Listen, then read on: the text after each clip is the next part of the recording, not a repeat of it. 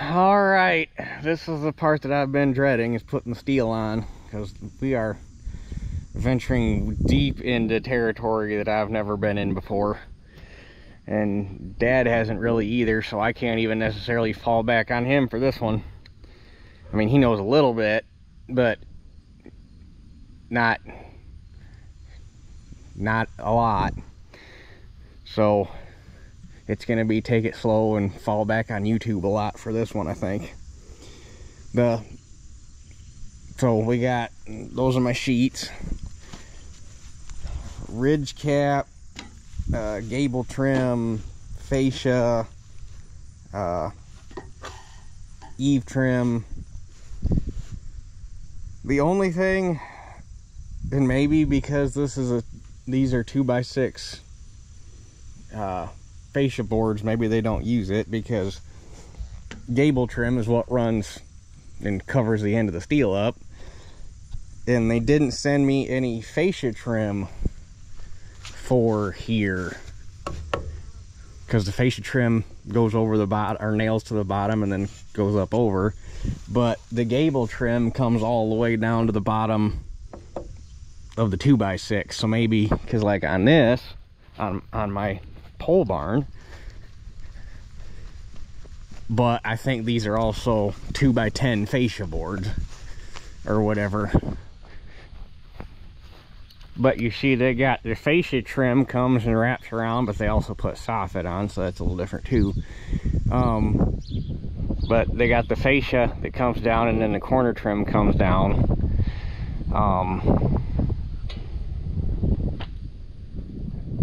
So I don't know, but the way it works, if I decide I want that fascia trim after all, it wouldn't be hard to just come back and put it back on, or put some on. And I don't even need a full 6-inch fascia. All I need is literally like 1.5 by 2 or whatever little piece, so you can nail to the bottom and just come up, and then mostly be for looks, just to cover the bottom. It wouldn't really do anything here because your gable trim's covering it. But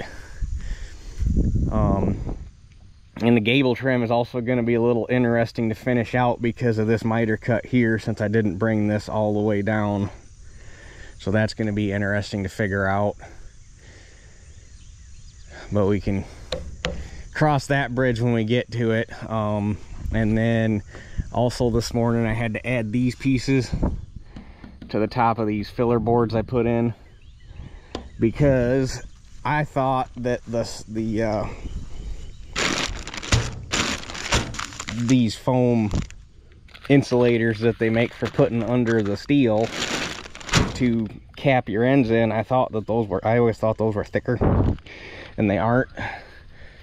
So I wouldn't have been able to just put them on the flat on the 2x6, because they wouldn't touch the tin. But luckily I still had the pieces that I mitered off of here, angles right and everything, so you just whack it up into the chunks you need. And I nailed them to the top with some finish nails so the heads weren't sticking up. And like I say, literally all that has to do is hold that foam. I'm probably not gonna, I might run a couple screws through it just to pinch it down on the foam, but there's nothing structural here. The purlins are taking the structure, so that's literally there just for that foam.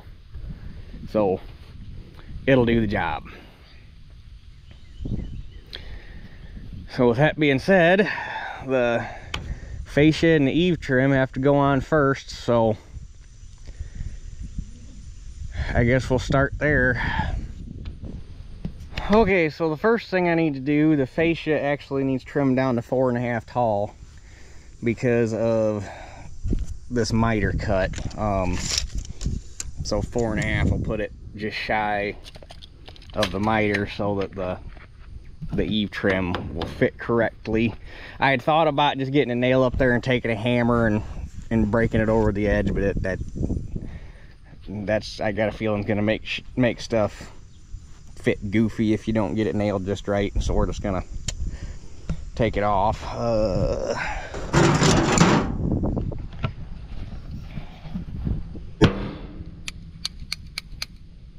Actually, since I'm a righty, I'm gonna start from this end.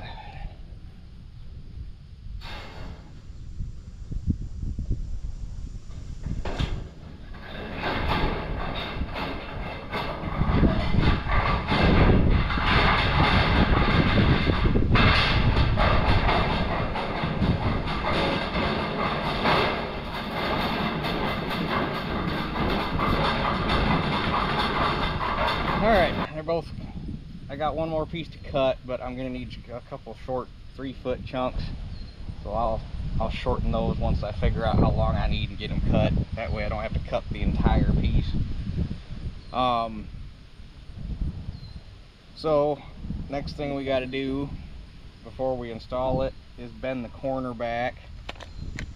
And from everything I saw on the videos I was watching last night, you come back an inch to make your fold.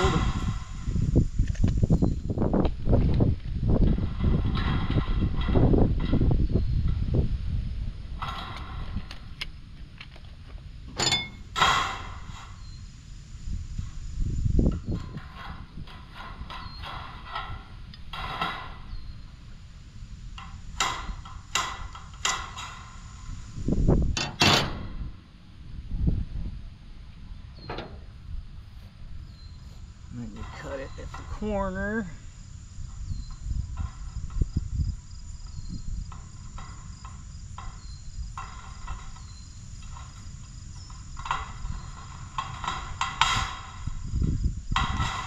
And we're just going to cut a small relief out to make bending it easier.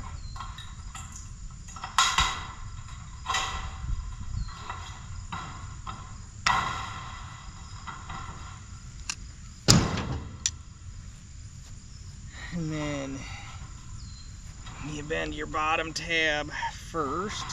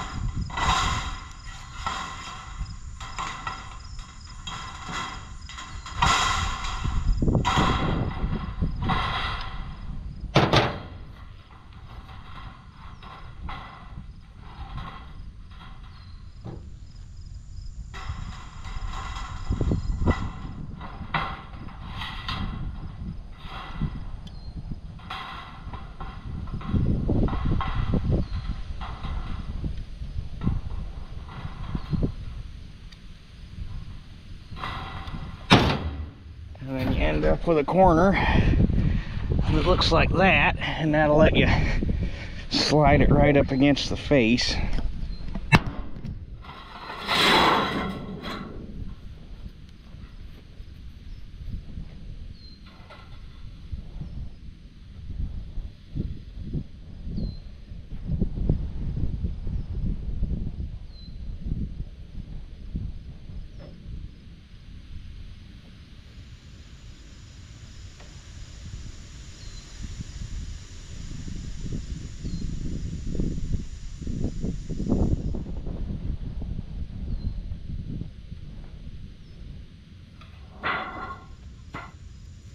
And then they said to tack it on with roofing nails, and I just so happen to have, when I bought the house, that the shed was full of just random hardware, and I've got this. I'm probably going to take the washers off so they go flush, but I've got these galvanized sheet metal nails, or barn tin nails. Obviously don't need the washer on them because this is all going to be covered up, so you don't need the water seal. You want them to just go flush, but I figured I might as well use the nails because I'm not going to use them for anything else.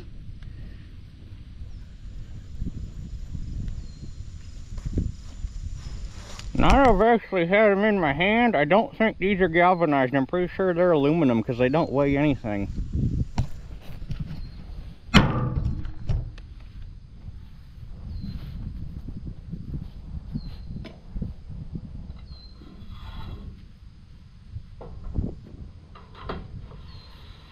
But you nail the face and then screw the leg.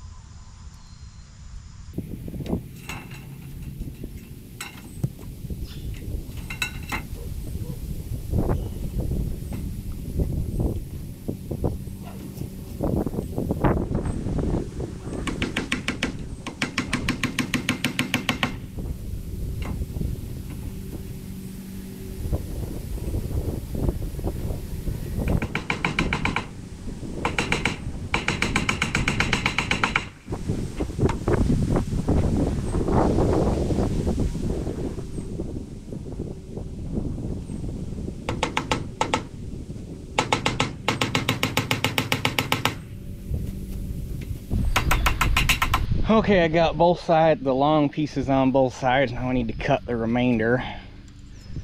So they want 3 inches of overlap minimum.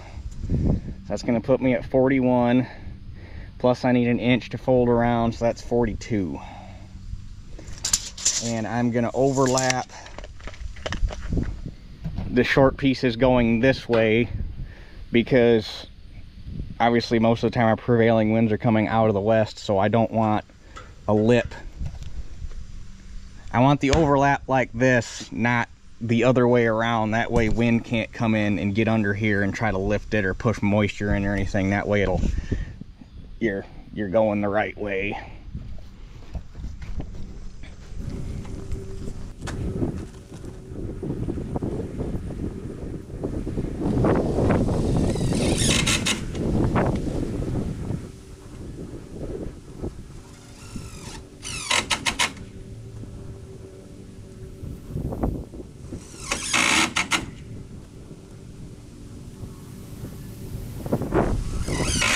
Okay, fascia's on.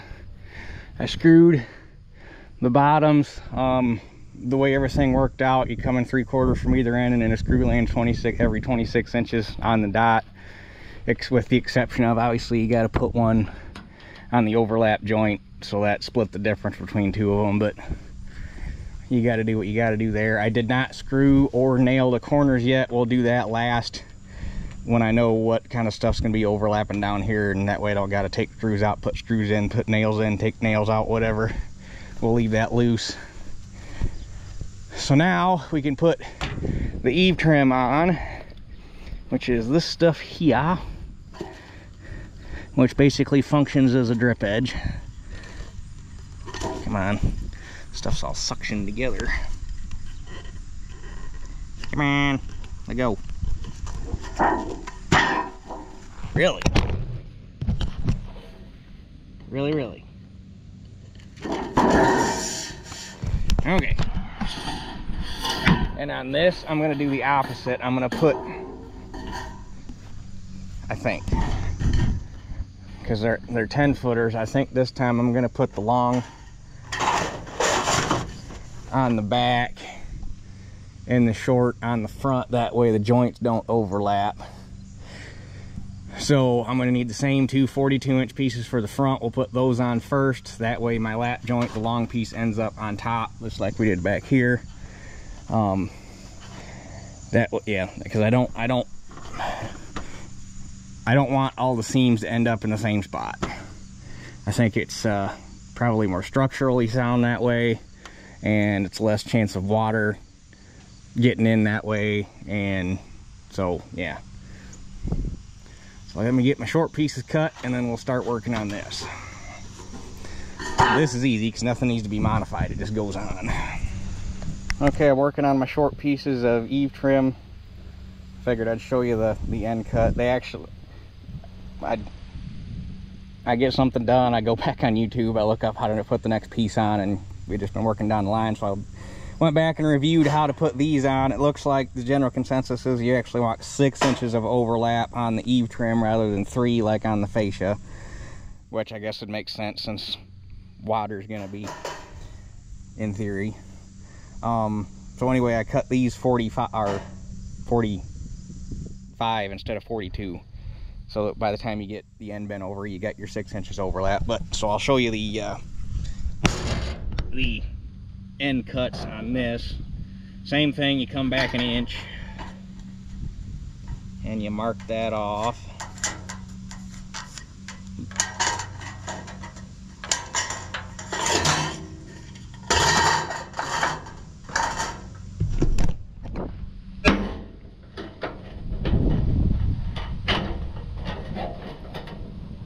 Stuff's about like trying to work with a pool noodle.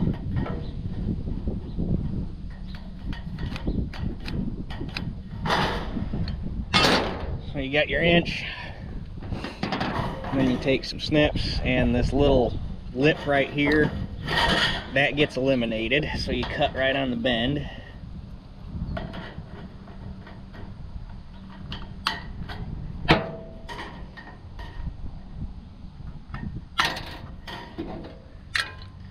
And then this top section also gets eliminated. So again, you cut right on the bend.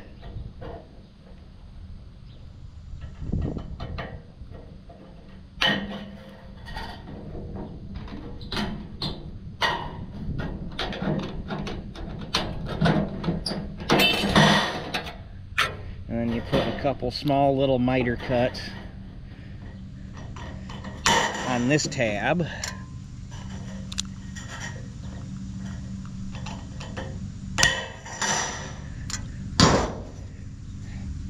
And then this tab gets bent over, and that's what goes over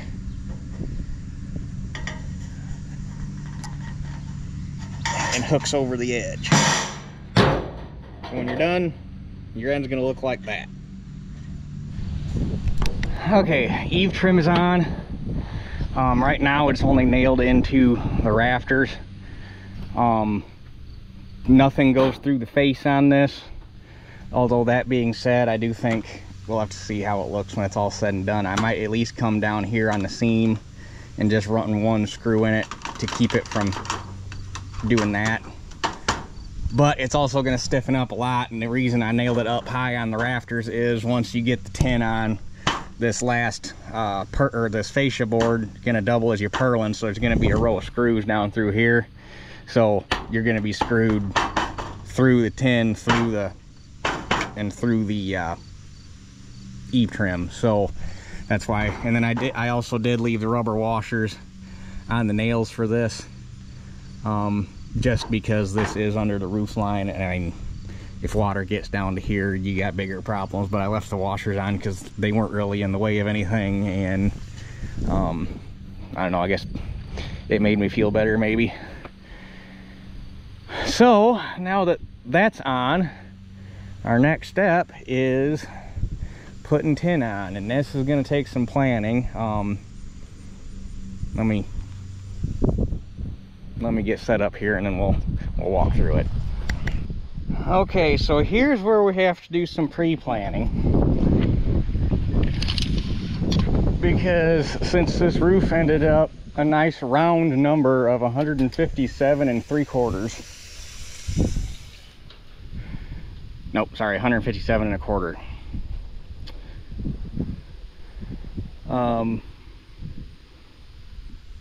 We're 1.25 inches more than 13 feet. And the only way to have made this thing to where you would get an even number of sheets would have been take it all the way out to 15 feet, so your overhangs would have been massive, and that would have looked kind of derpy. Although that being said, you probably would have had to set some posts for support, but you probably almost could have went and did your 6-inch overhang out the front and hung the rest of it out back and used it as kind of like a shelter. But since that's the west facing wall, and all the weather comes from that way, it wouldn't really gain you much. It would have been better to hang it all over here, but the chicken run's going to be back there, not around here. That way you don't got to walk all the way around and come in and walk. So 157 1/4. So what we got to do is a little bit of pre-planning here, because you don't want this thing to end up, if you end up landing your corner or your gable trim on one of these little baby stiffening ribs, you're fine. You don't want to end up on top of one of the big ribs. So we need to do a little pre-planning here to figure out exactly where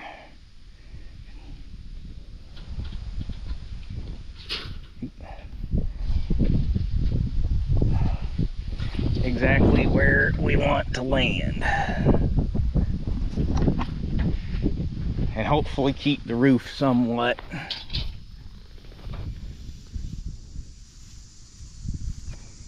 because basically we want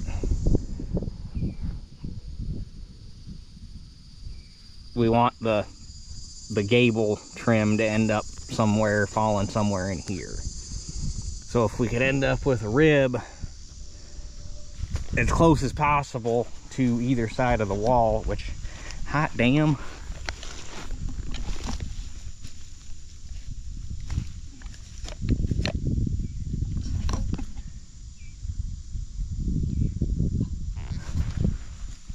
And if it hangs over a little bit, that's okay, because the way this trim is made, you've got a little bit of room to play.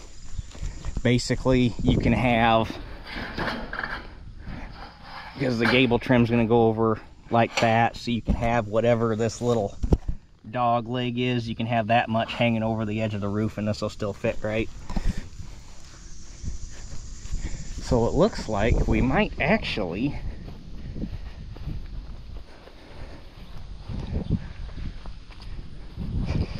because my housing for my tape is on 157 1/4.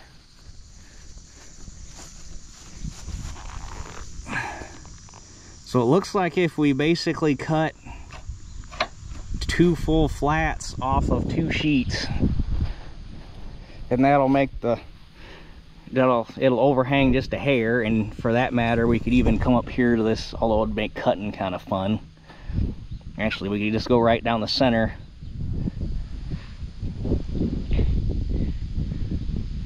We could either cut right here on this rib, or right here on the edge of the rib, or we can go right down the center of the rib. Either one looks like it might work. And basically just cut 2 full ribs and 2 full flats. Yeah, it looks like, put that there on the center. Yeah, it looks like if it might not get all the way to the outside of the roof.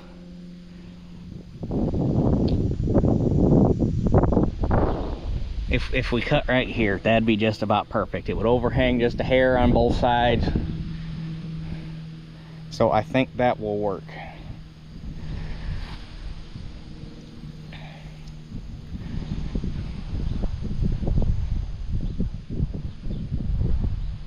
And actually, with that being said, I wonder if I can make that work with only having to make a cut on 1 sheet instead of having to make a cut, because that would make life a lot easier rather than having to cut 4 sheets if you just cut 2. Where does it land me if we go right there?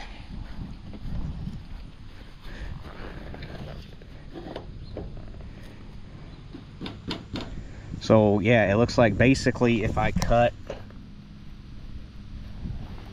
4 flats off of 2 sheets, and the roof will still end up fairly symmetrical on both sides.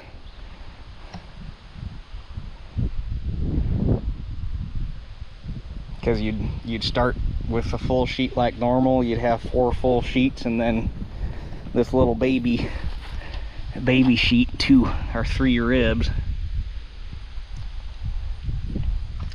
I think that will work.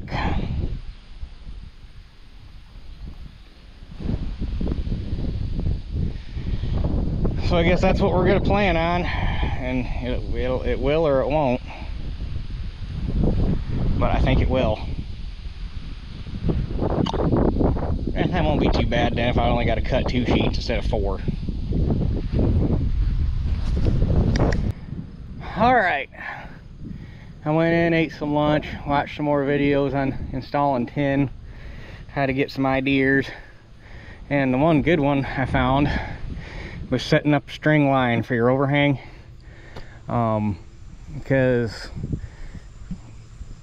when you're laying out your tin, and it makes sense, and now that I look at it I can see it, the peak, it looks like the top of the roof is shifted this way a little bit, and once you sight up there it's out like 1/2 to 3/4 of an inch, which is fine. When you're building on top of what we were building on top of here, I'd say that much change over that kind of height is probably not too terrible.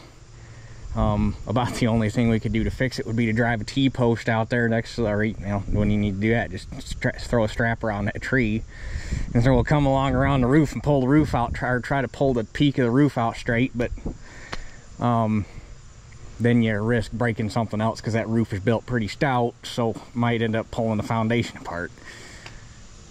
So with that being said, your most important line on your tin is not the tin lining up with your fly rafter, because that's what the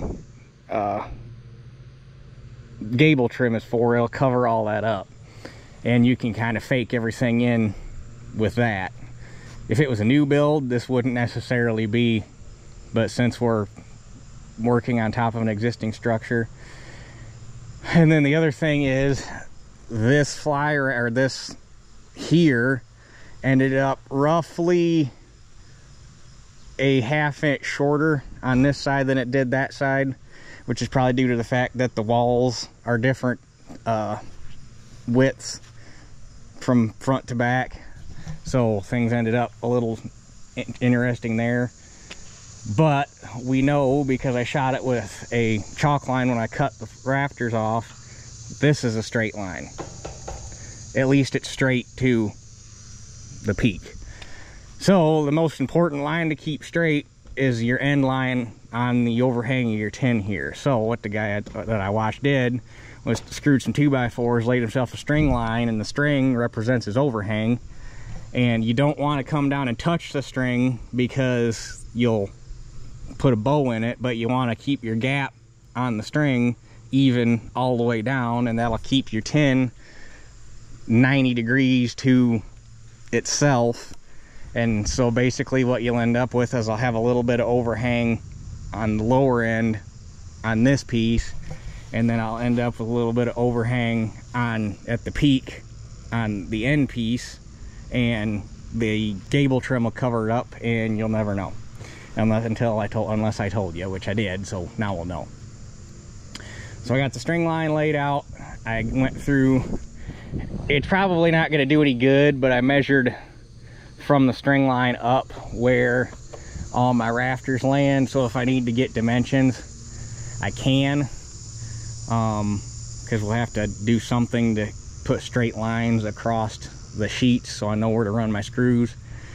The one downside to running the purlins on end like this is it doesn't give you very much room for error when driving the screws, because you got 1.5 inches instead of 3.5 inches to land screws on. And as far as screwing it down, I'm going to screw in the flats. There is a crap ton of debate on the internet over whether you screw roof tin in the flats or on the ribs. And any roof I've ever worked on that's been screwed and or nailed on the ribs, they come loose. I've never had or worked on a barn that's been screwed in the flats that's had tin come loose. When they did the roof on my new barn, this roof is screwed in the flats, so I'm going to screw this in the flats. And like you look online, half the people say one way and half the people say the other way. And the reason I'm going within the flat is basically because of thermal expansion. Unless you run a great big long honking screw to get plenty of bite down into the purlin, that metal's going to expand and contract, which probably isn't going to do enough to hurt the screw per se, but it will probably make the screw walk back and forth and walk around, because you know the metal's expanding and contracting because it does that with heat. And since this is really thin material and it's galvanized, so it's going to soak up a lot of thermal radiation. It's going to do a lot of expanding and contracting. You want proof, stand inside that barn between about 8 o'clock in the morning and noon and listen to the roof popping and cracking because the roof's moving. But you put it in the rib, that rib's going to do this, and eventually that washer's gonna decay from, you know, losing tension, gaining tension, lose gain, lose every single day. The washer's gonna fall, or the washer's gonna deteriorate, fall out. The screw's gonna walk around and get loose in the wood, and then get loose in the tin and waller the tin while I'm screwing it into the flat. That's the end of the debate. You can say what you want in the comment section. I'm not gonna redo the roof, so you might as well not. It's getting screwed in the flat. I'm just gonna end that right here, right now. So, other than that, I really hate this because you only get one shot at it, and once you start putting screws in, you've ruined the, there is no do-over.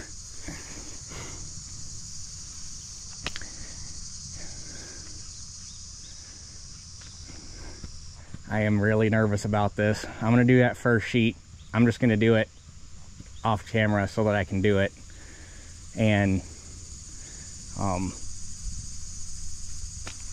go from there. First thing I'll have to do is get it where I want it, mark my line where it's going to end up here so that I can lay my seal strip down, and then the tin can go down, and then we'll be good. So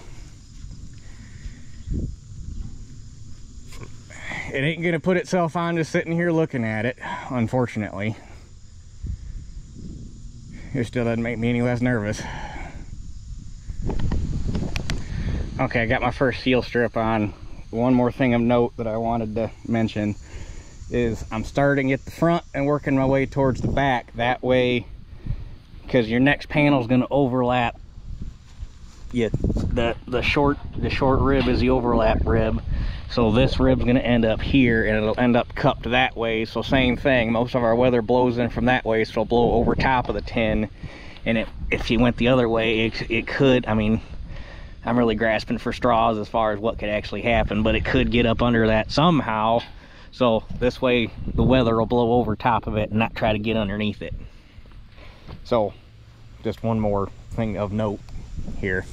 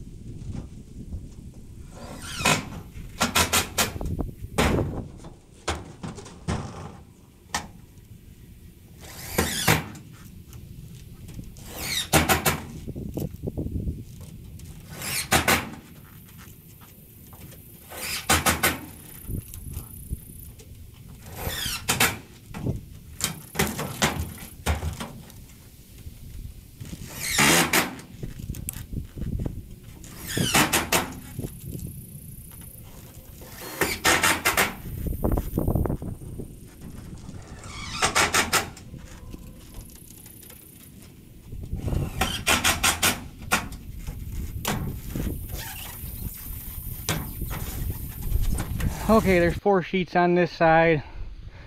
I must have got just a little bit out of kilter when I put this one on, because it's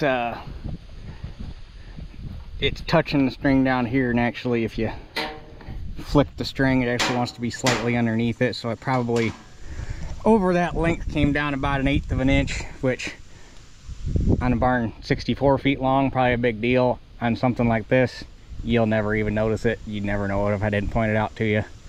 The sheets are all even along the bottom, so that's visually, that's what you're gonna see, so you'll never notice it. And then obviously since they're square to the fascia board, and we're a little off on the fly rafter, but that's because the roof is because it is what it is.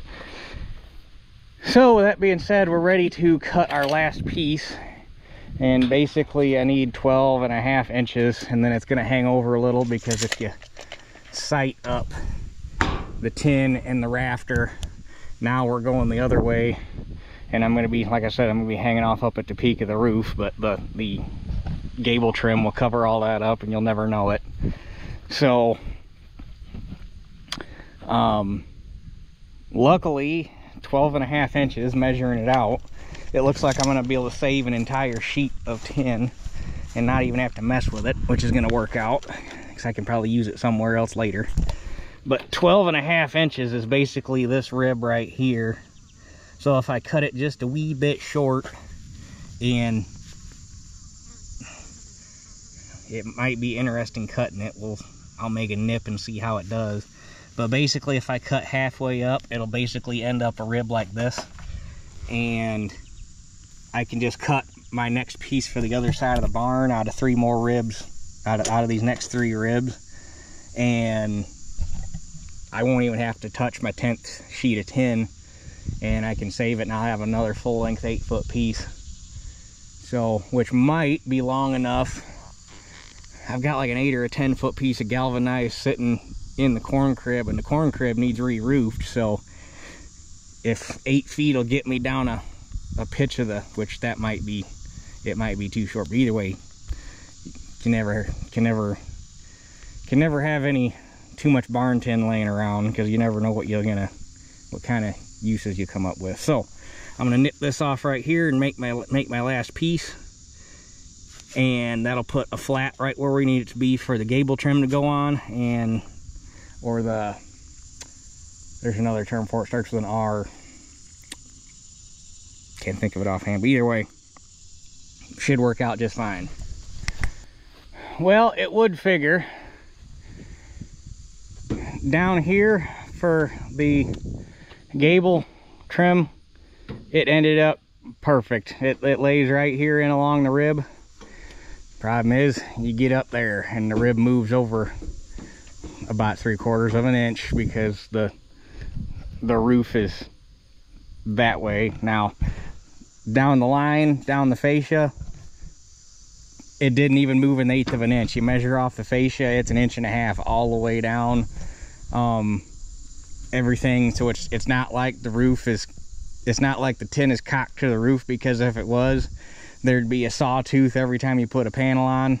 So we are even to the fascia board, and the problem is the roof is that way.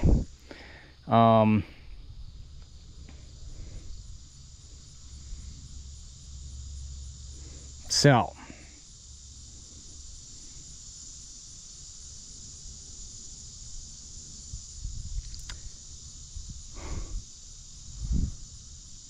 we might be able to fake it in. We'll have to see what we can do here. I think we can make it work. So, but we got to do the other side before we can do the gable trim. So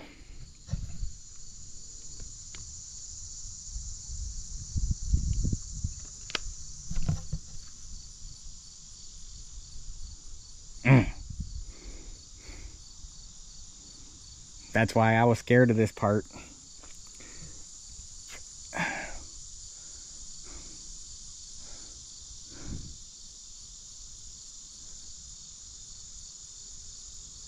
I don't know. We're gonna have to figure it out somehow. Because you could either make it square to the building and make the trim work out, but then it's not gonna be even down here. I don't.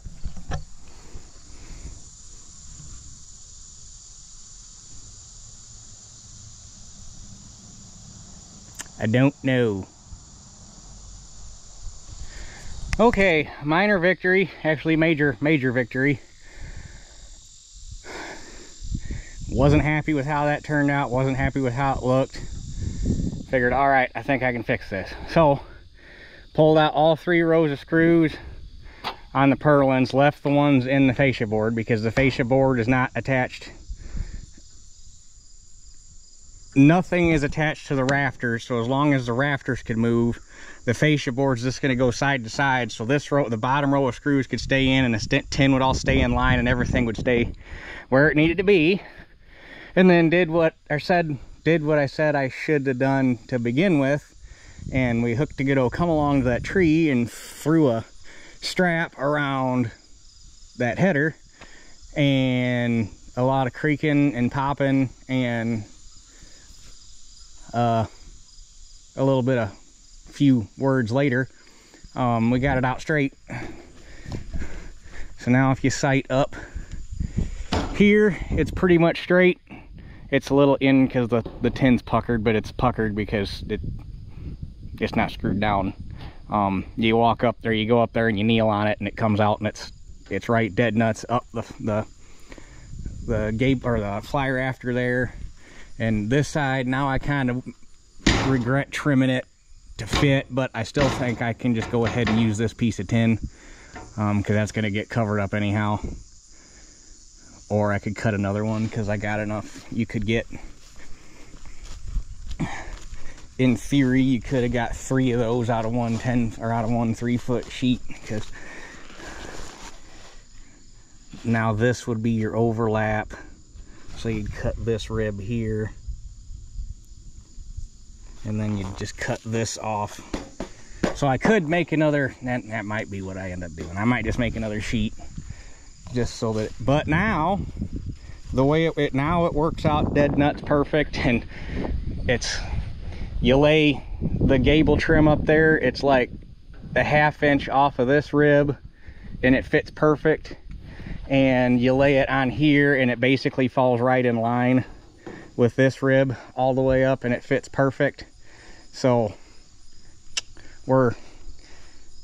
I like that's, and then you sight up the rib, you sight up that rib now, which I'm gonna have to do something. Oh no, I guess it's down. But you sight up that rib, and now it's in line with that rafter. So I'm just gonna go ahead and leave the come along on there. It can stay on there. It needs to stay on there at least till I get the other side of the roof done. That way all the tin can hold it, and I'll just leave it on there overnight regardless, holding tension on this, and hopefully it will find its happy spot. And then when we take it off, it won't try to rely, and I might actually just leave it on there for a few days just so that this thing can get acclimated to being where it is, and it doesn't try to go back once we release tension, which once all the tin's screwed down, the tin should hold it. But we don't want it to try to go back and buckle the tin or anything. So come along can stay on it for a few days. But yeah, I'll pop this off, cut a new piece to replace it, and we are rocking. So I'll get that on, get the other side done, and see where we're at. I might start working on gable trim, which that looks like it's going to work out easier than I thought as far as finishing off this corner and stuff too. That looks like it's going to be fairly simple. So we will catch you guys once I'm done tinning the roof. But I'm glad this is all lessons being learned. I should have done that to begin with, but I didn't figure it would go that easy. But it all worked out. I can just go right back through, put the screws back in the holes, because all the holes still line up on rafters, obviously, because all we did was slide everything sideways. So that worked out. I'm glad I did it, and we're still kosher here. So good dealio. All right, well, now we solved one problem and created another. Dad just left. He came over to look at it and see what I couldn't see. So got that side done. It came out, I mean, it couldn't be, for what it is, it couldn't be any more perfect if I tried to plan it out that way. It is awesome. Went to do this side, and this side ended up the same damn way as we started on that side. You get even down here, Actually, it was the opposite. The other side, when you were even down here, it was inside the rafter. You got even down here on this side, and it was outside the rafter by about a full rib. If the edge of the rib was laying here, it was off the full width of the rib by the time you got up to the peak. And I measured everything out, and everything's good. It's like the line is down, my string line's down the same from both peaks. I mean, it's good. And called Dad because I was like, okay, what do we got to do to fake this? And he came here, and I was on the phone when he got here, and he was looking at stuff, and he looked up the rafters and noticed, and I don't know if it'll show up on camera. It probably won't because you can't see it the way I can see it, but if you look at the rafters, they got a bow in them now because the peak moved and this wall couldn't. And through a level on this wall, and this wall is actually leaned like that, right? Anyway, the wall is leaned, so what I got to do to try to get this straightened back out, yeah, the wall's leaned that way because the bottom or the rafters have to go that way to straighten back out. Have to pull out these 2 rows of nails. For some reason they got 3 right here. Don't know what they're there for, but pull out 2 rows of nails, kind of like I did over when I redid the tin, and that'll let the steel slide and let the studs in there move. And if it won't go on its own, then I can throw a strap around here somewhere and tug on it and hopefully pull it back out straight and get that first piece of tin put on, because I let the tension off to see if it would kind of try to rack on its own, and it didn't. But it also didn't move the other side of the roof, so I think that tin's holding it just much. That's a lot of structural strength for all the screws and everything that's in it. But anyway, got to get these nails out, let this stuff loose, and then we can tug on it and see if it'll square up. This is a lot of work for some damn chickens, I'll tell you what. But if nothing else, this is an excellent learning project for all the other buildings I get. Well, I got to work on the corn crib. There's not like all the other buildings, because that building's eventually getting tore down because there ain't no saving it. But anyway, it's good learning experience if nothing else. Okay, second major victory of the day. I had to change my anchor point.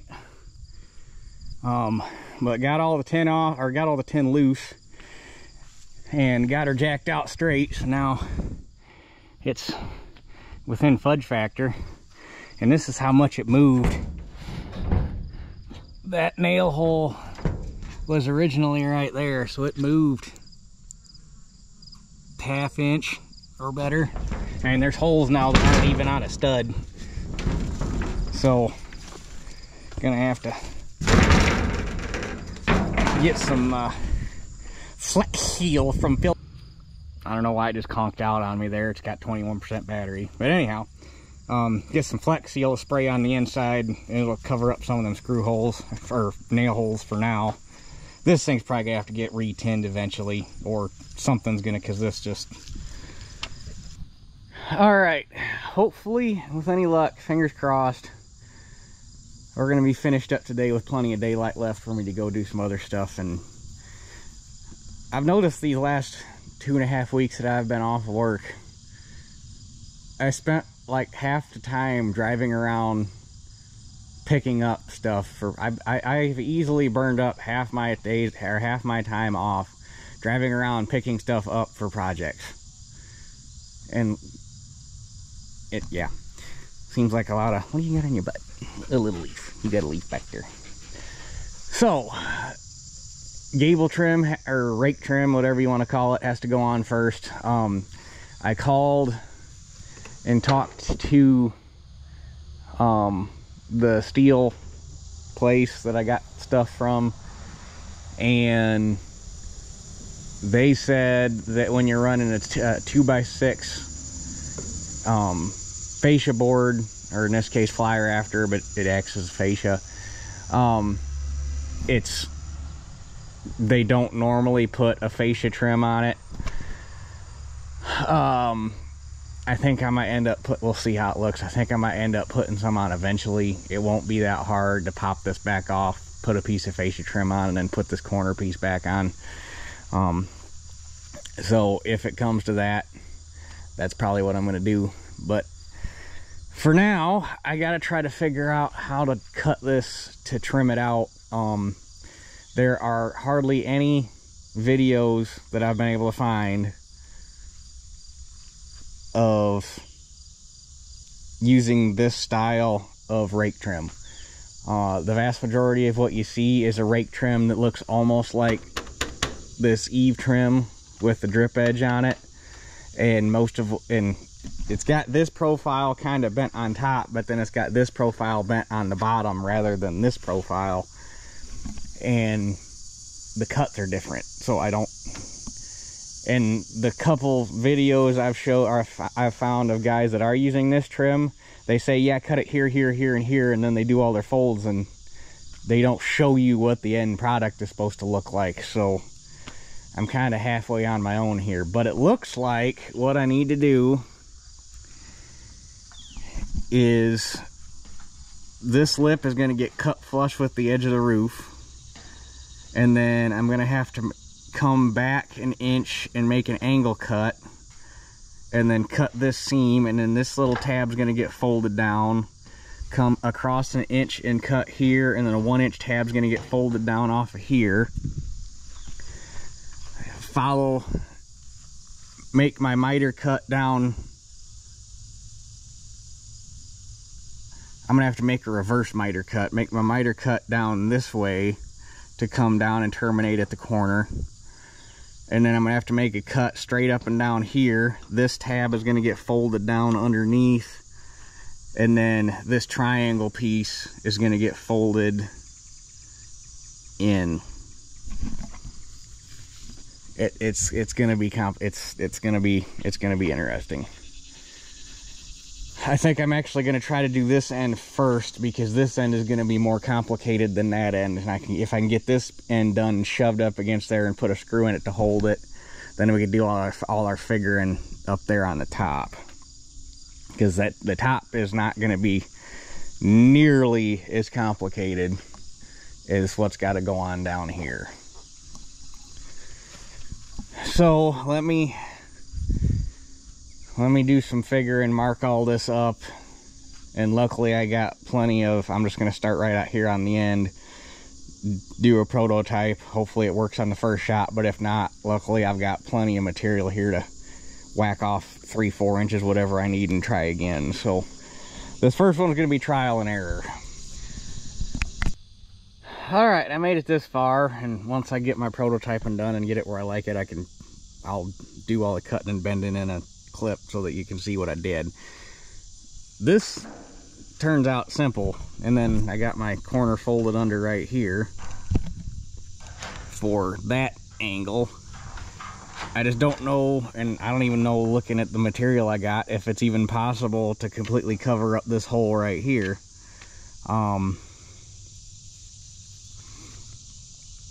Because the few videos that I did see of guys using this style of trim were also putting gutters on the barn, so they were leaving this tail hanging long to come down, and they were cutting it to match the profile of the gutter, so everything blended in once the gutters were on. I'm not running gutters, so I can't do that.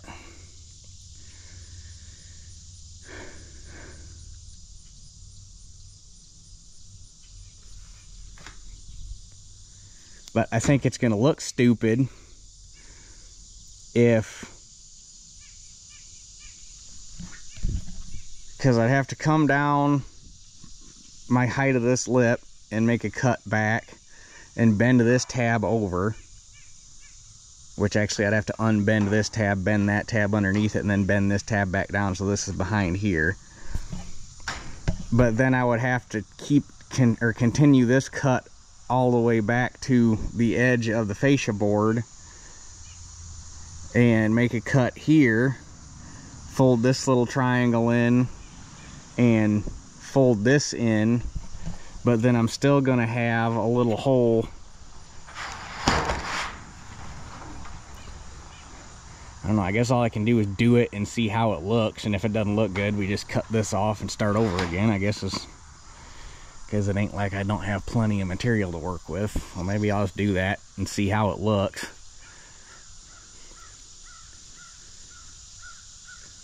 Because the vast majority of the videos you find of trimming out a steel roof are all for houses, and like I said, the trim that they show using has this profile on top, but it's got this profile on the bottom, so it goes down and sits flush with your fascia board to begin with, so you don't have to fill this hole in. With this trim, you got to fill this hole in, which they didn't do anything on that barn. They just miter cut it to match the trim and bring it down to the corner, or not match, they obviously brought it out enough to get to the edge of the tin, and then they miter cut it to get the bottom corner down even with this corner, and they just left it, and you can look right up it. I'd like to do it a little cleaner than that. I just don't know how clean we can do it without turning around and making it ugly. You'd think that for all of the technology they have in barn tin now, somebody would just make a cap that matches the profile and it snaps over it, and or screws over it or whatever, and it covers everything up and you're good to go. But apparently that's not the case, because if there is, nobody shows it on video. Okay, I got something made up that I'm fairly happy with. So this is what I got. The face, this is actually the second iteration. The only thing that changed was I had my angle wrong the first time, so I had to whack the end off and start over again, and got my angle right this time for this part. But so this is we've seen this already, and then I came back, put my miter cut in, bent this over, squared it off, and obviously rolled the corners in down here. That does leave a little bit of a gap right there, but that's probably not necessarily a bad thing, because if for some reason some water does get in there, it can't pool, it's got a way to get out.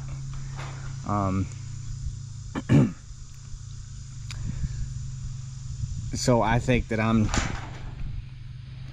just gonna send it the way I've got it, and the only other thing I had to do is you got to nip just a little bit off of that drip edge right there to make everything lay in nice. But this lets you, basically the only metal I have to trim off doing this is this. Everything else is the edge. You don't have to cut anything off the end. Everything is just cuts and bends. So that works out good. So this one's done. I can make another one exactly like this, and it'll fit the back opposite corner, and then you got to make mirror images for the other two. So let me get set up here, and I can show you the layout and make the cuts, and I'll show you how I did this. Okay, so you got to start, or I started off, laid out a 3/4 inch line up this face.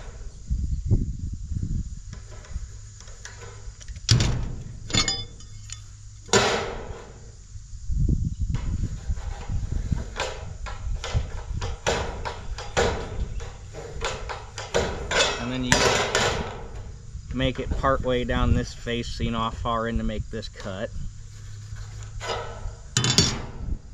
And then over here you have to come back in my case the tin overhung 1.5 inches plus 3/4 of an inch, so I got to come back 3/4,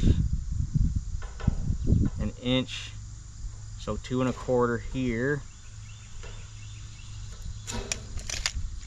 And then you take a adjustable T-square, and this line just runs down until it terminates off the edge.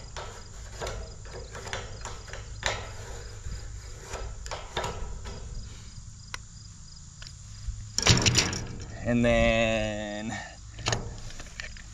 measure down, and this angle is going to change based on whatever the overhang on your tin is.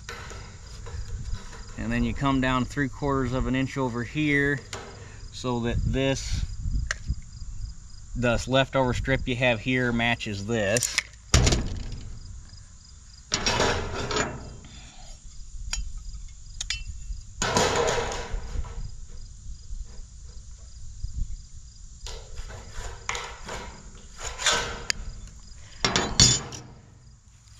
And now it's just a matter of making some cuts.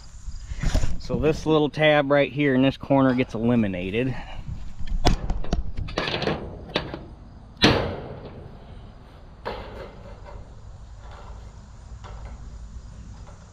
Because that just comes flush with the edge of the tin on the roof.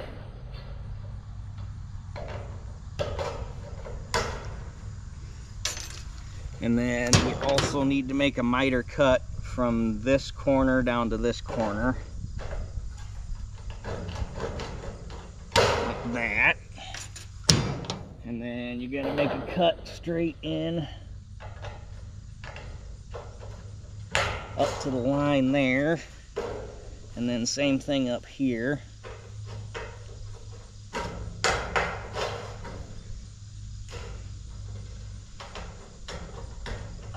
And I found that it's easier to make these bends if you just cut the, just cut a little sliver out of these corners like that, and everything fits better. And then this cut comes all the way back to here.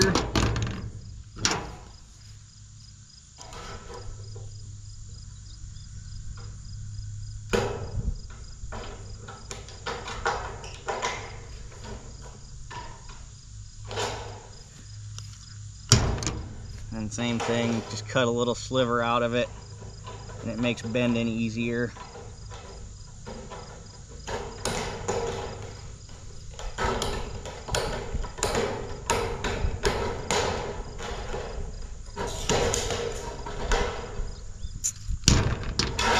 And then you got to make a cut here.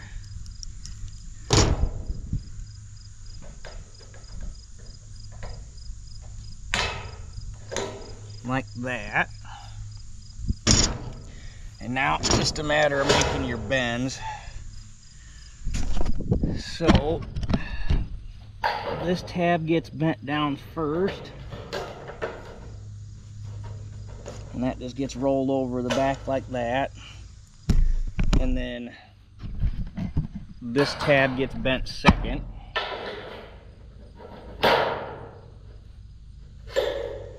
And then this tab gets folded over backwards.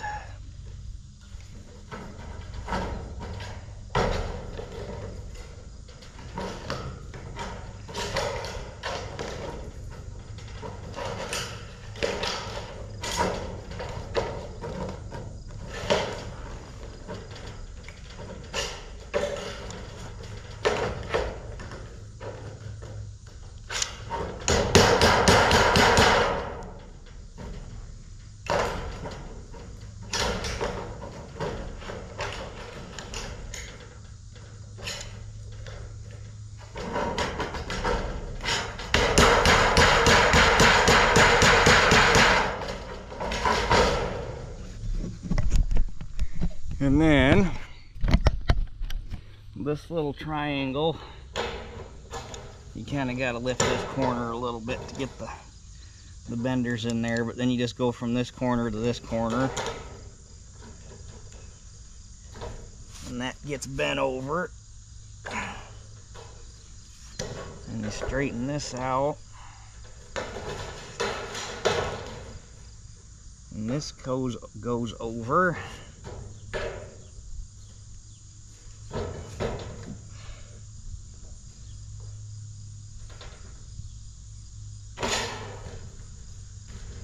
Like that. And then basically what I did to cut or to trim this to make it look better is I just measured 3/4 of an inch off of this face, scribed a line and nicked that off to make that a straight edge.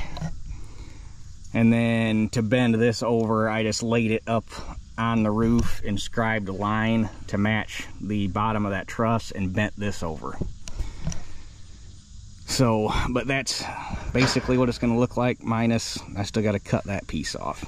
Okay, I got all my gable trim cut, and then this side is all the way done.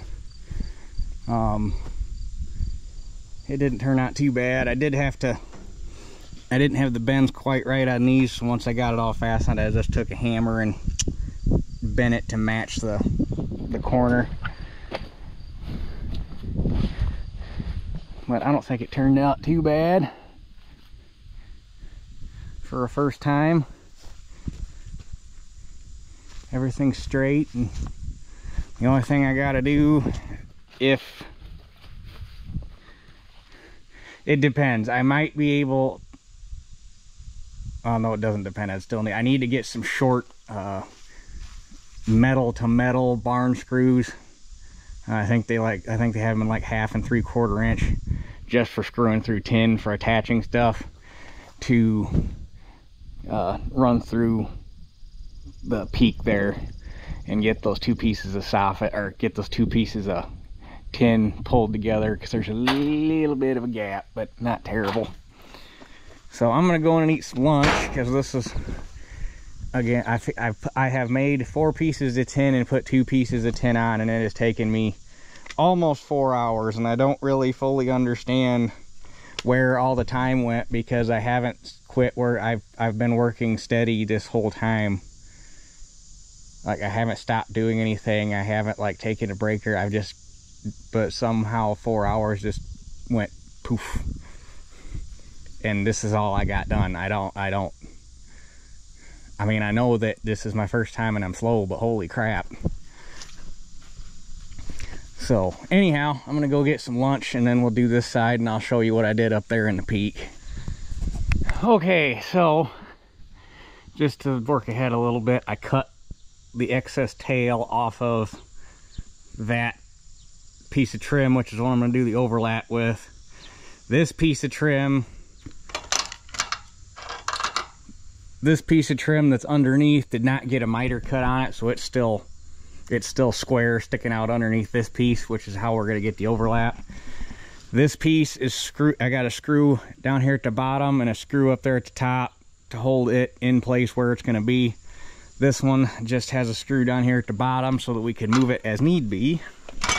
And what we're going to do, I cut this one just a hair long so that we've got some steel to play with.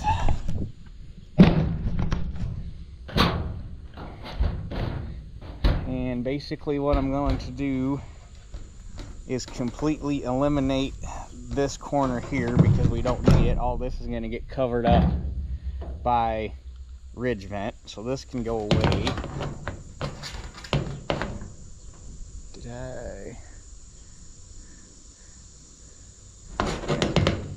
I didn't do it over there. I'll go over and finish trimming it. Over there I trimmed it at the peak. Down here I'm going to trim it at the bottom of the steel. That makes a little bit more sense. It's going to look cleaner.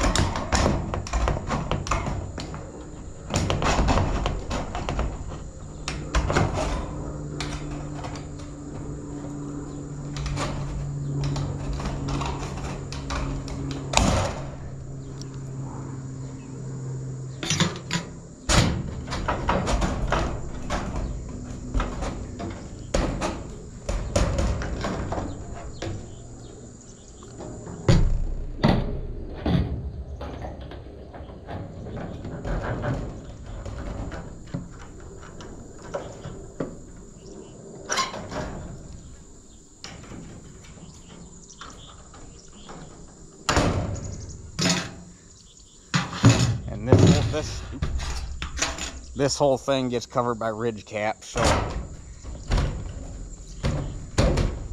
now what we want to do is I need to get, see the amount of wood sticking out underneath down there. I need to make it match up here. So we need to get about to there. So I need to trim just a hair off of here, and basically you just start trimming this until you get it to fit the way you want it. I don't really have a spot here that I can set you up so you can even see what I'm doing, unfortunately. So just trust me on this. And remember, you gotta also remember that it's easier to take more off than it is to put more back on, so baby bites.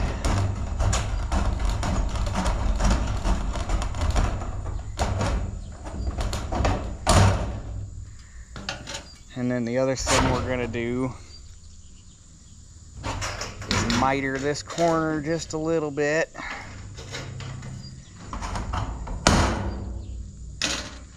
And then we're going to cut down this line.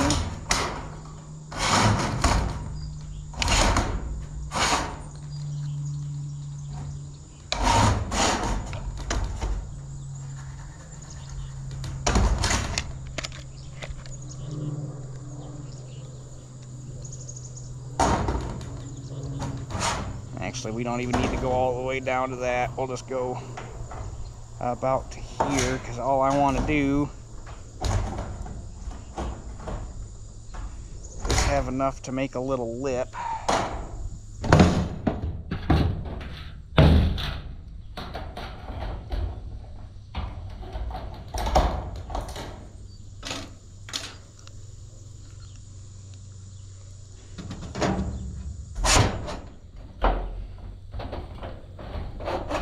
And when it's done, we're going to bend this so that it just kind of tucks in down under here.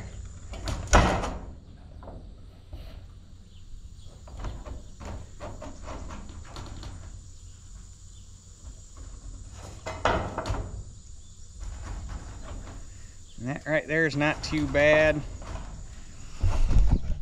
And it's got my seam basically in line with the seam of the boards, so I think we'll go ahead and leave it there.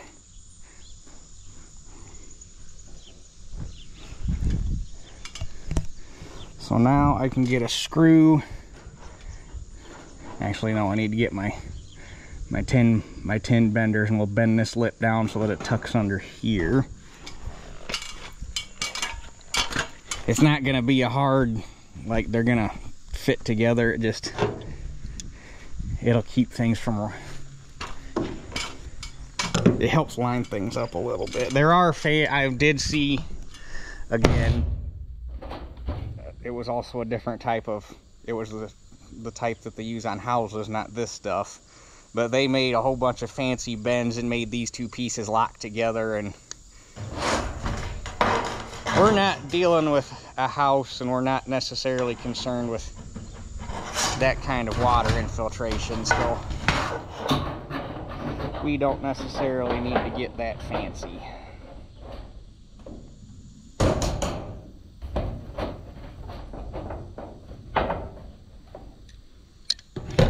But, and then again, this all gets covered up, and then the lips of the ridge cap come over and bend down and cover some of this, so this all gets covered with ridge cap anyhow, so it just needs to look good on this face, because this is the face you're gonna see. So I can get screws now, and now that this is the way I like it, everything can get screwed down, because we're good to go. Okay, gable trim's on, the corners are hemmed over, and I was able to run screws through the corners and up through the last piece of fascia. So that's all, everything's good.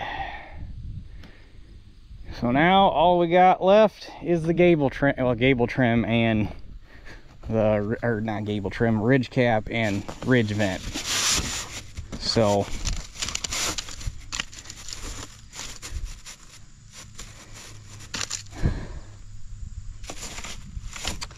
nothing to it but to do it. Okay, so I've had the ridge cap laying up here and marked out where it's gonna lay, so I know where to put my vent material.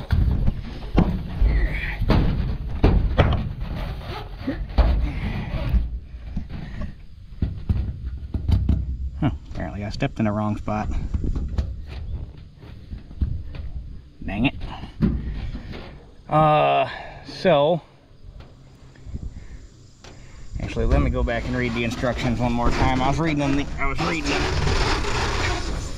when I brought this stuff home the other day, and I haven't looked at the box since. I know it's simple, I just want to make sure.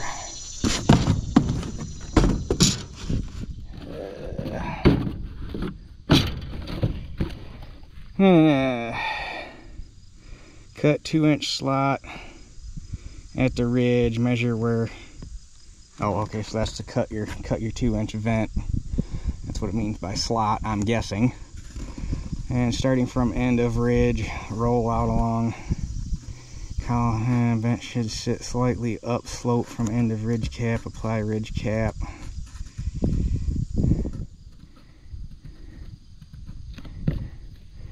Okay, yeah, simple enough.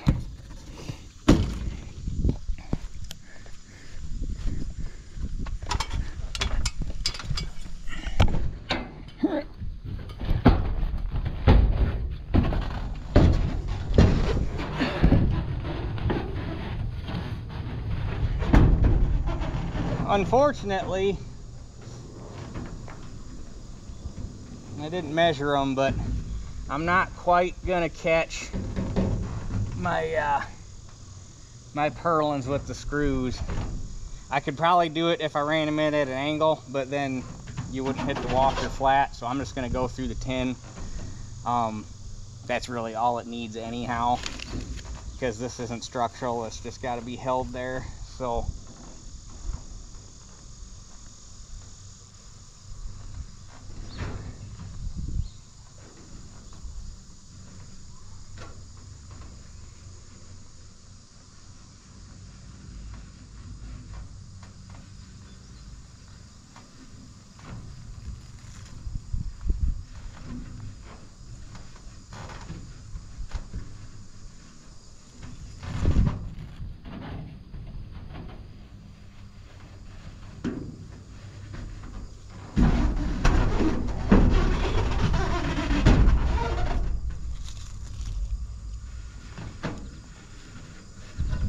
all right, last piece of roof tin and last detail. I already got the long piece of ridge cap on there, and I got one screw in it to hold it.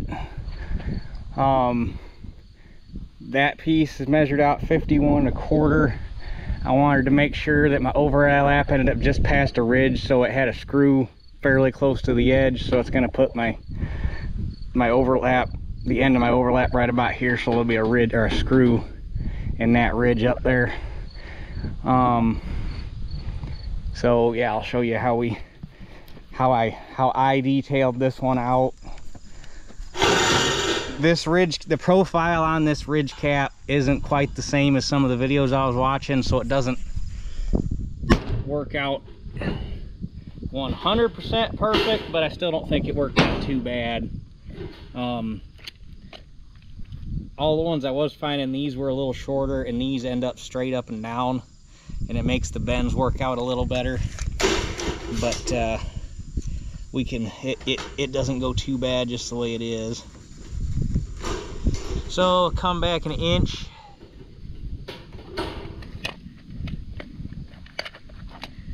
And again, this is how I did it. It doesn't make it right, it's just how I did it, because I couldn't find any videos on this exact profile of tin.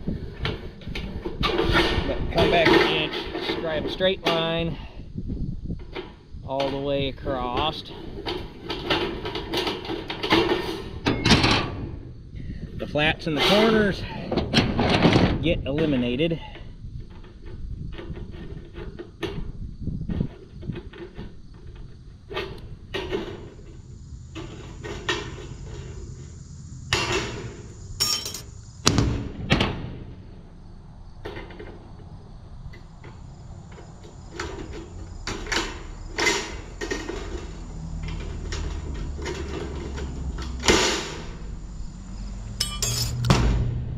and then straight cuts here and here.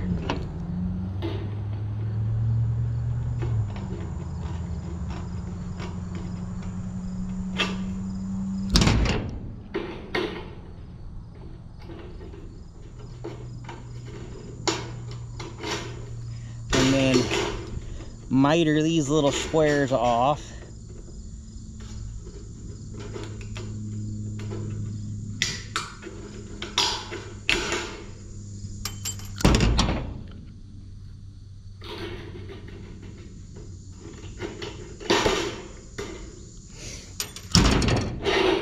These little triangles get folded back.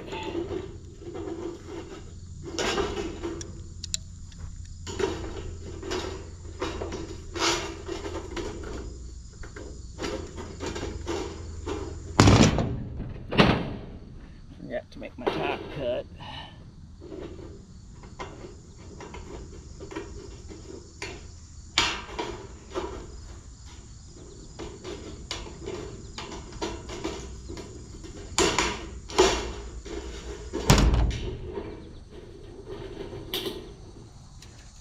And then the flaps get folded straight down.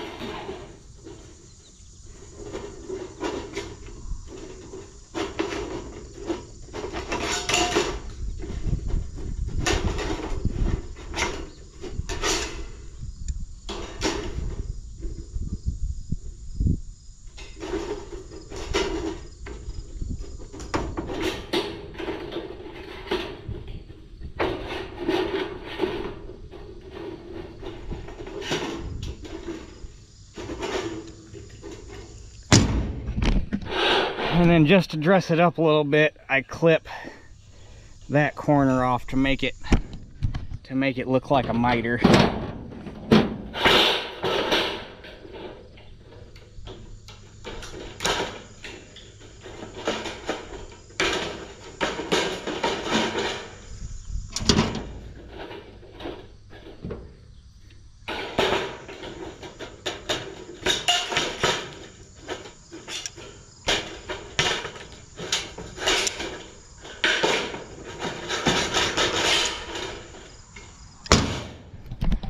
And then you get a profile that looks like that.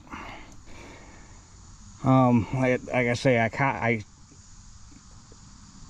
copied this off of a couple of videos that I watched, but the profile was different. I couldn't, mainly in the fact that these are straight up in all the ones I was seeing. These bends are actually straight up and down, so if whatever angle that ends up being, instead of that little kicked off or double kick, and then it made these angles work out better. But you can't dock these to straighten it out because you need this overhang down over the gable trim. So it just kind of is what it is. It'd be, I know some of the more mainline pole barn manufacturers like Morton and some of those actually have that weird trim piece that actually goes over the end and covers up that whole joint and where they put their M and stuff. But I do not have that. And since they didn't give it to me, I'm guessing the place I bought the tin from does not have, or is not, that's not a thing they normally do. Well, there's the finished product. Screwing through that, it's called flexo vent. So just I'm not sure if this is the metal roof ridge vent or what, or if this is just a type of it, but screwing through it is terrible. You get through the tent, you get through your ridge vent, and then it hits that stuff and tries to wrap around the screw, so you got to back in and out a few times to get a hole through it, and then you can finally get through it. But I'm not so sure how I feel about it. But and I would assume that you can't, I mean, I could have hung out and went past it, but I would assume you'd want to screw through it, because once that adhesive ages and wears out, if you don't have a screw through it to hold it in, anything could just push it right out. And so I gotta believe you have to run a screw through it. And then it doesn't necessarily pull down even against all the ribs, as you can see. I don't know. I don't know how I feel about it, but it's up there. Really, there's only a few. The other side didn't go as bad as this side. I don't know if it's just because I was used to it. This side pulled down a lot more even across than the other side did. But I don't know. It's my first roof, cut me some slack. So, yeah. Roof is finally done. That went a lot deeper and took a lot longer than it probably should have, but it's going to be a better building for it. So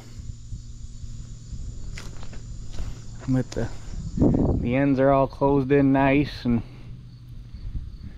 I don't even know if I'm going to have to get a screw, because once I got the ridge cap on, the gap here kind of pulled everything together. So I don't know, I might just leave it the way it is. So the last thing I got to do, at least before I call this part of the project complete and we move on to other things for a while, because it's time to walk away from this for a minute, get my tin back on the walls, and that'll be it. Well, there she be. It does look 10 times better. I'm probably gonna run some more screws in some of the tin, maybe. I did end up just reusing all the tin pieces, because I realized why they did what they did is because they didn't take any time to line up that sheet with that sheet as far as height. So by the time you got up there, the ribs were off. So the pieces that are in the center, that center piece and then the two center pieces there, are all to get the ribs to line up. So I did do a bunch of trimming around the door and up in the peak and stuff to make everything line up better, but this is not going to be the final iteration. What I'd like to do, and this is going to be a later down the road project, because at this point I just want to get the thing functional and get birds in it, and we got a ways to go yet before we even get to that point. But what I'd like to do on the tin on this is actually, you have to do some measuring to figure out how much I need, but I think if I can get enough good pieces off of the roof and get enough good pieces off of the walls, and would probably have to go through on the walls and do something to fill in all the open holes and stuff, which I'm probably not going to concern myself with right now. If I do, I might just take like some aluminum duct tape, or I guess it's tin, whatever, the metal tape that they use for masking off ductwork. Get some of that, put on it from the inside just to cover the holes up temporary, because the galvanized on the inside looks immaculate.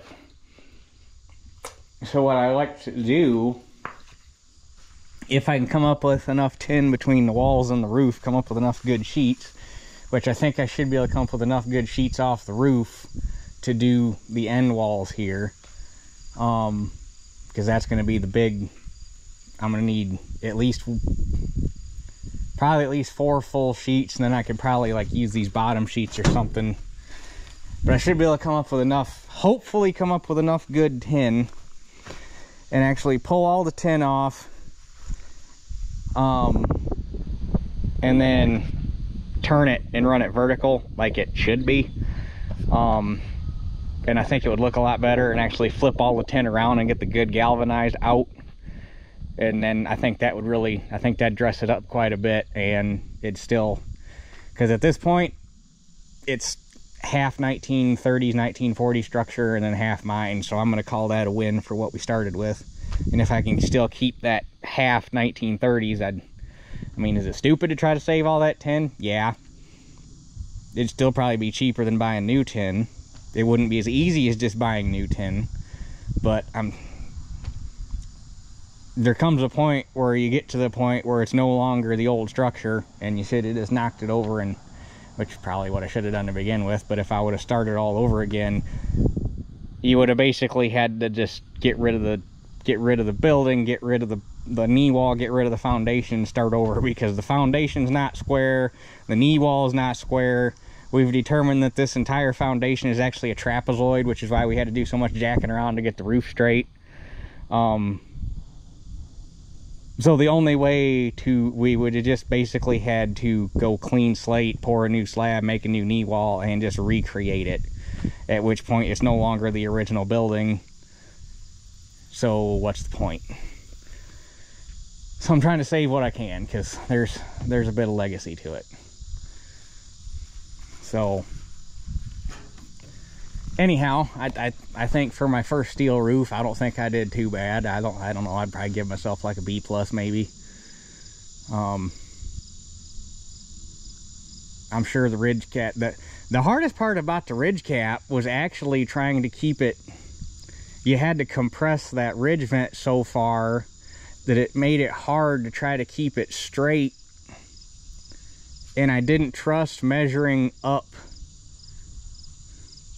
from the bottom to where it landed. I basically just eyeballed it, was how I did the ridge cap, because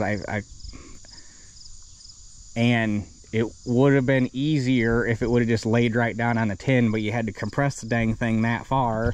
So you start down here and you start screwing it, and the end is picked up like that because you're compressing the ridge vent material as you go down. I mean, we can walk up there real quick, I guess, because I never actually showed you the... Hold on.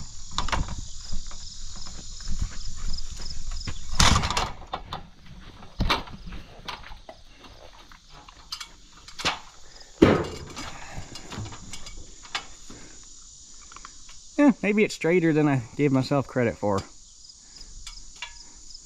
And the rippling in it it pushes that ridge vent material's got enough tension to it that it still ripples out the in between the ribs. So that's partly what that is. But I don't know, I'm satisfied with it for my first shot.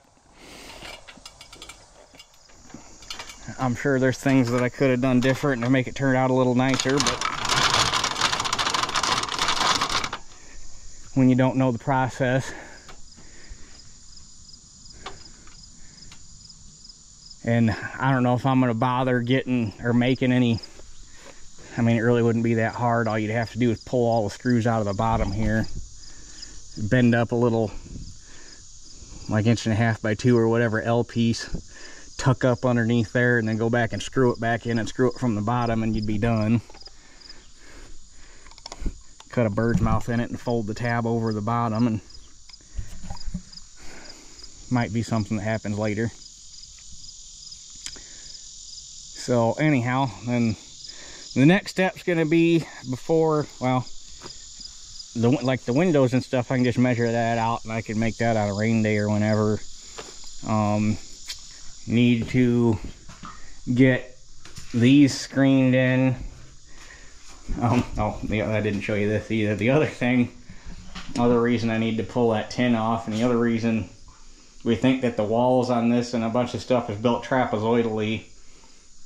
You see how, I mean, all the studs on that wall were leaning to begin with, but now they're really leaning because I had to pull that wall.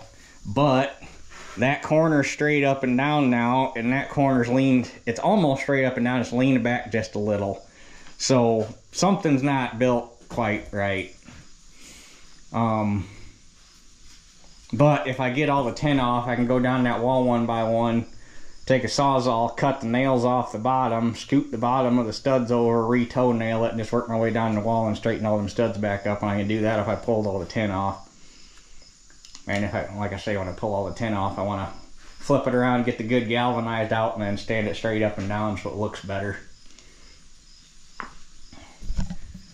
So, but anyway, the next step, I want to get some mortar grout mix, whatever works best, and just fill these cracks in. The only way you're going to fix this pad would be to rip it out and start over again, but for what I'm doing with it, I think it's going to be just fine. Teeter, quit. You don't need attention. There's like these two blocks are loose, so I need to tuck point this. I'm going to come in here and saw off and saw the door jambs off above the floor and put a 3.5 inch yeah, what's the word I'm looking for? I blanked on it.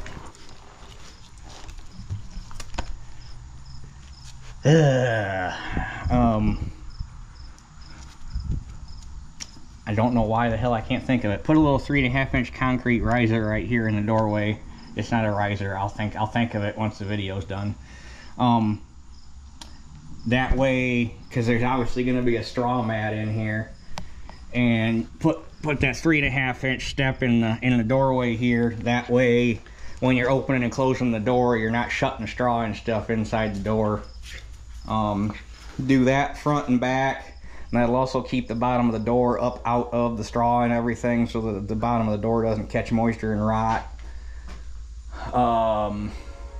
The windows, I'm gonna make a fixed screen on the outside, and then on the inside make a window that's hinged at the top, and make it where you can just open the window and fold it up against the roof and put a chain or put a couple chains or something. Or wherever this thing ends up landing. Make it where you can open the window and hang it from the ceiling so that it's open. And I think in the summer, between ventilation from the windows, ventilation from the ridge vent, ventilation on the eave vents, I think it'll be plenty well ventilated. And then in the winter, the big thing will be making sure we get it closed up enough that it's still ventilated, but it can hold some heat in, which I don't think this small a space.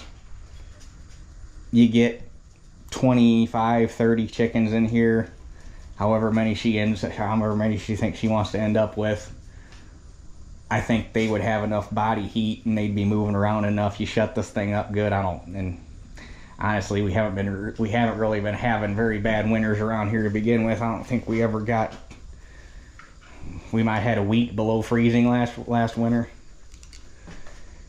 But there's a few other little repairs I got to make. A little bit of tuck pointing and stuff to do on the blocks. There's a little bit there, but it's mostly that wall or mostly this corner. Looks like this corner, the foundation sagged, and that's probably why why this pad broke off there. Of course, I'm sure this whole thing's all out of, I'm sure it's all out of kilter now, but so yeah. So the concrete's going to be the next step, doing the repairs there and the windows, and then once the concrete's done, then we can look at doors. And we still got to do a chicken run out back, which I'm contemplating if I bother making it.